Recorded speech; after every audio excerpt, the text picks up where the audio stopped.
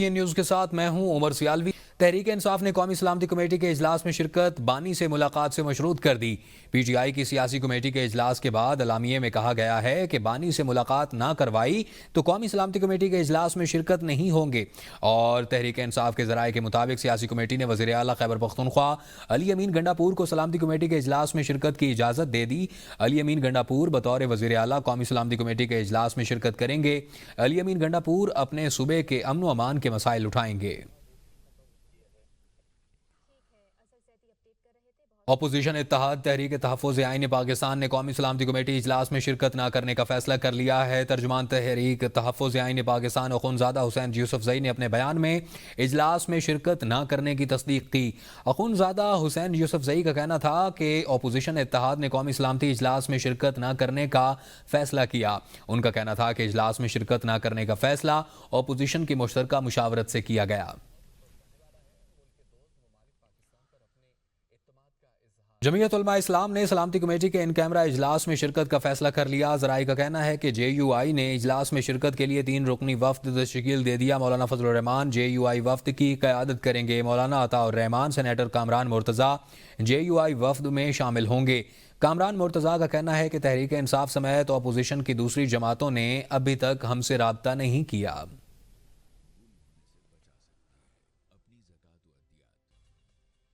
دہشت گردی کے ناسور سے کیسے نپٹا جائے، قومی اور عسکری قیادت آج سر جوڑ کر بیٹھے گی۔ پارلیمنٹ کی قومی سلامتی کمیٹی کا ان کیمرہ اجلاس آج دن 11 بجے طلب کر لیا گیا ہے۔ قومی سلامتی کی پارلیمانی کمیٹی کے اجلاس قومی اسمبلی ہال میں ہوگا۔ اجلاس میں عسکری قیادت پارلیمانی کمیٹی کو موجودہ سیکیورٹی صورتحال سے آگاہ کرے گی۔ پارلیمان میں موجود تمام سیاسی جماعتوں کے پارلیمانی لیڈر اور ان کے نامزد نمائندگان شرکت کریں گے۔ متعلقہ اراکین کابینہ بھی اس اجلاس میں شرکت کریں گے۔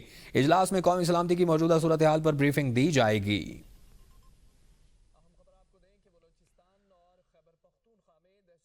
سیکرٹری جنرل PTI سلمان اکرم راجہ نے کہا ہے کہ قومی سلامتی اجلاس میں شرکت کا فیصلہ پارلیمانی کمیٹی نے کیا ہے۔ پارلیمانی کمیٹی اجلاس میں آپریشن کا فیصلہ ہوتا ہے تو PTI آپریشن کی حمایت نہیں کرے گی۔ دہشت گردی سے نمٹنے کے لیے جامع پلان کی ضرورت ہے، لیکن حکومت اس وقت اپنی طاقت PTI کو ختم کرنے پر ضائع کر رہی ہے۔ وہ ABN نیوز کے پروگرام سوال سے آگے میں گفتگو کر رہے تھے۔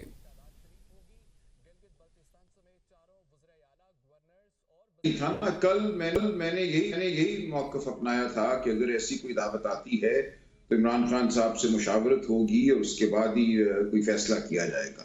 لیکن حکومت نے یہ اجلاس جو ہے کل منعقد کیا ہے، 11 بجے بلایا ہے۔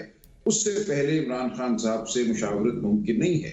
یہ معاملہ PTI کے کسی فرد یا PTI سے ہمدردی رکھنے والے کسی فرد کی ٹویٹس کی وجہ سے رونما نہیں ہوا۔ ہمیں ایک بہت جامع پلان چاہیے جس میں ہم عسکری جو ضروریات ہیں ان کا بھی احاطہ کریں، جو عسکری سطح پہ ہمیں ایکشن کرنا ہے۔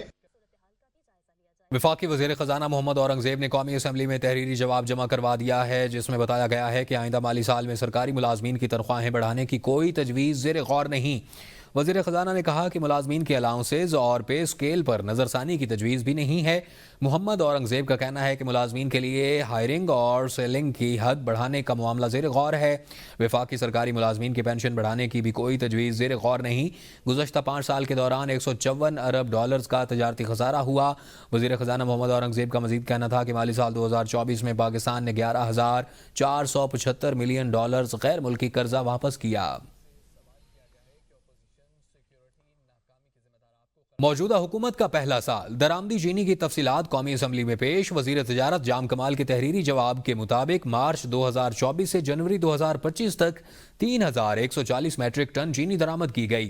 چینی کی درآمد پر $3 ملین سے زائد کی رقم خرچ ہوئی۔ چینی Malaysia, Germany, Thailand, UAE، امریکہ، برطانیہ، ڈنمارک، چین، فرانس، سوئٹزرلینڈ اور جنوبی کوریا سے درآمد کی گئی۔ وزیر تجارت نے انکشاف کیا ہے کہ پاکستان نے بھارت سے بھی 50,000 ٹن چینی درآمد کی ہے۔ معاون خصوصی برائے صنعت ہارون اختر خان کی میڈیا سے گفتگو، کہا غریب آدمی کے لیے چینی کی قیمت کم ہوگی۔ نائب وزیر اعظم اسحاق ڈار چینی کی قیمت میں کمی پر کام کر رہے ہیں۔ چینی کی مشروط برآمد کی اجازت پچھلے سیزن کے لیے تھی۔ ہارون اختر کا کہنا تھا کہ مشروب ساز کمپنیاں مہنگی چینی خرید رہی ہیں تو کسی کو کیا تکلیف ہے۔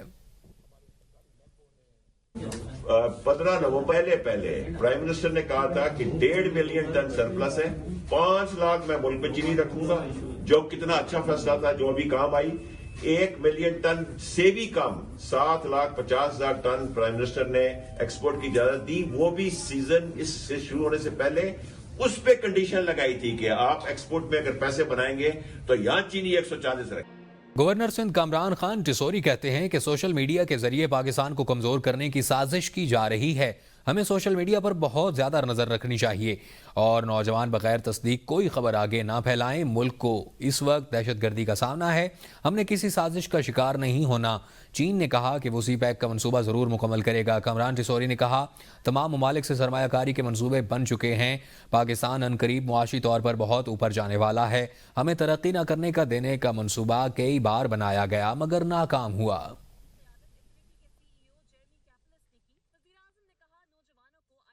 190 ملین پاؤنڈ کیس میں اہم پیش رفت ہوئی، بانی پی ٹی آئی اور بشرا بی بی نے سزا معطلی کی درخواست دائر کرنے کا فیصلہ کر لیا۔ بانی پی ٹی آئی اور بشرا بی بی کی سزا معطلی درخواست تیار کر لی گئی، جس میں کہا گیا ہے کہ عدالت کو یقین دہانی کراتے ہیں کہ سزا معطلی کے بعد اپیل کی ہر سماعت میں موجود ہوں گے اور 17 جنوری کو سنائی جانے والی سزا معطل کر کے ضمانت پر رہائی دی جائے۔ مرکزی اپیل کے حتمی فیصلے تک فیصلہ اور سزا معطل کیے جائیں۔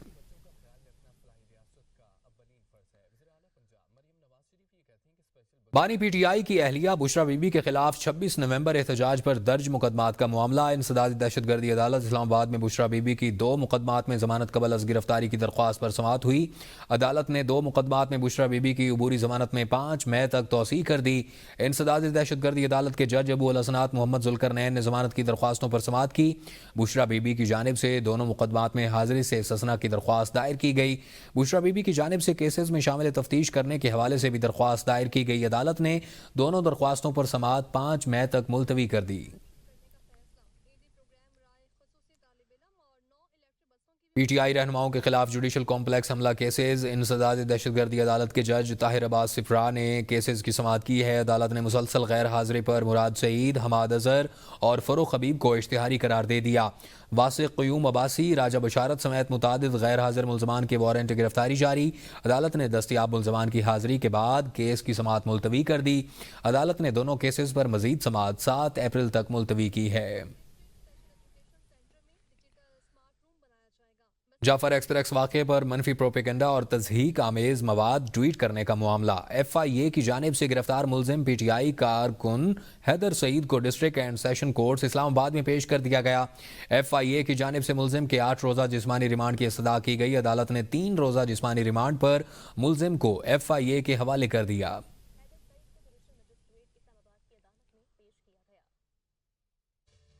کرسچن کمیونٹی کے ساتھ مبینہ امتیازی سلوک کے خلاف درخواست پر سماعت۔ سپریم کورٹ نے رجسٹرار آفس کے اعتراضات برقرار رکھتے ہوئے درخواست خارج کر دی۔ دوران سماعت درخواست گزار خاتون وکیل کے رویے پر عدالت کا اظہار برہمی۔ جسٹس امین الدین نے خاتون وکیل کی سرزنش کرتے ہوئے کہا، آپ کو عدالت کے سامنے پیش ہونے کا طریقہ کار نہیں آتا، کیا آپ اس سپریم کورٹ کی ایڈوکیٹ ہیں؟ دوران سماعت وکیل درخواست گزار نے کہا کہ اقلیتوں کے حوالے سے کنفیوژن کو 1965 کے آئین میں دور کرنے کی کوشش کی گئی۔ جسٹس نعیم اختر افغان نے کہا، مسیحی برادری کے بہت سے لوگ اچھی نوکریوں پر بھی ہیں، مسیحی برادری کے افراد سی ایس پی افسران بھی بنتے ہیں۔ آپ کہتی ہیں کہ کرسچنز کو صرف سویپر کا عہدہ ہی دیا جاتا ہے، اگر ایسا ہے تو کرسچن کمیونٹی کے لوگ ان نوکریوں پر اپلائی نہ کریں۔ اگر آپ نے تقریر کرنی ہے تو آپ کی تقریر سن لیتے ہیں۔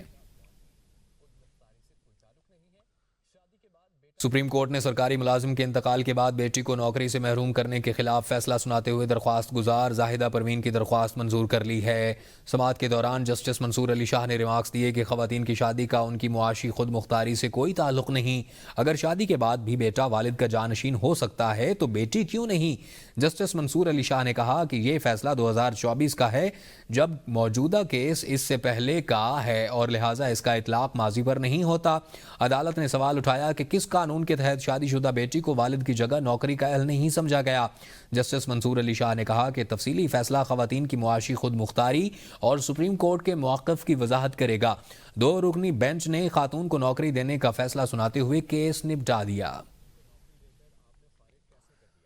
برطانیہ میں ممتاز کاروباری شخصیت ڈاکٹر لیاقت ملک کی جانب سے مانچسٹر میں گرینڈ بین المذاہب افطار ڈنر کا اہتمام کیا گیا، جس میں برٹش آرمی کے افسران سمیت اعلیٰ سیاسی اور کاروباری شخصیات نے شرکت کی۔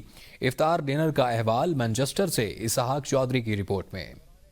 ڈاکٹر لیاقت ملک نے ایزی ای منی بینک کے اشتراک سے مانچسٹر میں گرینڈ ملٹی فیتھ افطار ڈنر کا اہتمام کیا۔ افطار میں سینکڑوں افراد نے شرکت کی۔ تقریب کی خاص بات برٹش آرمی کے اعلیٰ افسران جن میں commander Thomas, lieutenant general Robert, Ashok Kumar اور دیگر کی شرکت تھی۔ برطانوی افسران نے مسلمانوں کو رمضان المبارک کی مبارکباد دی اور نیک خواہشات کا اظہار کیا۔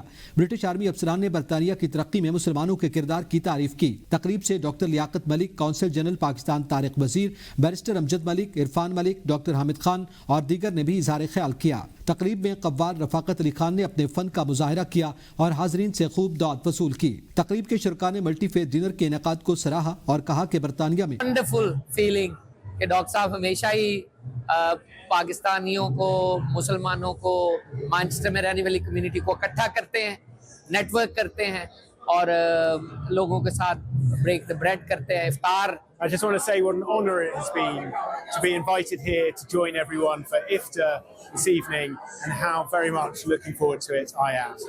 To the breaking of the fast and celebrating multi-faith, which the Navy supports, and thank you that we can be here at this community engagement event. بین المذاہب افطار ڈنر کی روایت مختلف قومیتوں کے مابین ہم آہنگی میں اضافہ اور اقدام کے فروغ کا باعث ہے۔ اسحاق چودھری، ABN نیوز، مانچسٹر۔ برطانیہ کے علاقہ مشرقی لندن میں سکلز کرکٹ اکیڈمی اور اوورسیز پاکستان پروفیشنل کمیونٹی کی جانب سے سالانہ افطار ڈنر کا اہتمام کیا گیا۔ سابق ٹیسٹ کرکٹر یاسر عرفات اور مسلم کمیونٹی کے علاوہ دیگر مذاہب سے تعلق رکھنے والے افراد نے بھی شرکت کی۔ تفصیلات عمران راجہ کی رپورٹ میں۔ مشرقی لندن میں سکلز کرکٹ اکیڈمی اور اوورسیز پاکستان پروفیشنلز کمیونٹی نے سالانہ افطار ڈنر اور محفل سماع کا انعقاد کیا، جس میں پاکستان کے سابق ٹیسٹ کرکٹر یاسر عرفات نے مہمان خصوصی کی حیثیت سے شرکت کی۔ تقریب میں سماجی، سیاسی اور کاروباری شخصیات کے علاوہ پاکستانی کمیونٹی اور دیگر مذاہب کے افراد نے بڑی تعداد میں شرکت کی۔ بڑا سرپرائز ہوں دیکھ کے، اسپیشلی جتنی کمیونٹی، فیملیز، بچے بھی یہاں پر آئے ہیں، ان کو دیکھ کے بڑا اچھا لگا۔ ہر سال یہ ایونٹ کرتے ہیں تو میں تو پہلی دفعہ آیا اور مجھے بڑا سرپرائز اور بڑی خوشی ہوئی دیکھ کے، اور یہی ہے کہ اس طرح کے ایونٹس ہوتے رہیں۔ ABN نیوز سے گفتگو کرتے ہوئے سابق ٹیسٹ کرکٹر یاسر عرفات نے تقریب کے انعقاد کو سراہا۔ کہا ایسی تقاریب کمیونٹیز کو ایک دوسرے کے قریب لانے میں مفید ثابت ہوتی ہیں۔ سردار ثاقب خان کا کہنا تھا کہ ایسی تقاریب سے کمیونٹی میں باہمی محبت اور بھائی چارے کو فروغ ملتا ہے اور رمضان المبارک کی برکات بھی سمیٹی جاتی ہیں۔ اس سال بھی ہم نے اس روایت کو قائم رکھا ہے، اور ہمیشہ کی طرح ہم نے کمیونٹی کے کافی لوگ، بلکہ ڈیفرنٹ کمیونٹیز کے لوگ بھی یہاں آئیں گے، تو انشاءاللہ بڑا اچھا پروگرام ہے، گیٹ ٹوگیدر ہے۔ تو رمضان کا برکت مہینے میں ہماری کوشش ہوتی ہے کہ ہم لوگوں کو گٹھا بٹھائیں۔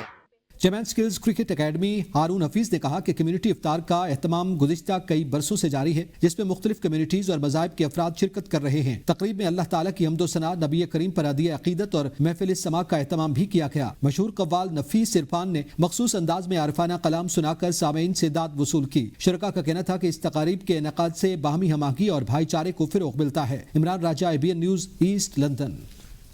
اسلام آباد کے سیکٹر F11 میں نواسہ رسول حضرت امام حسن علیہ السلام کی ولادت کی مناسبت سے محفل کا انعقاد کیا گیا۔ شرکاء کے لیے دسترخوان امام حسن کی مناسبت سے بھرپور افطاری کا اہتمام بھی کیا گیا۔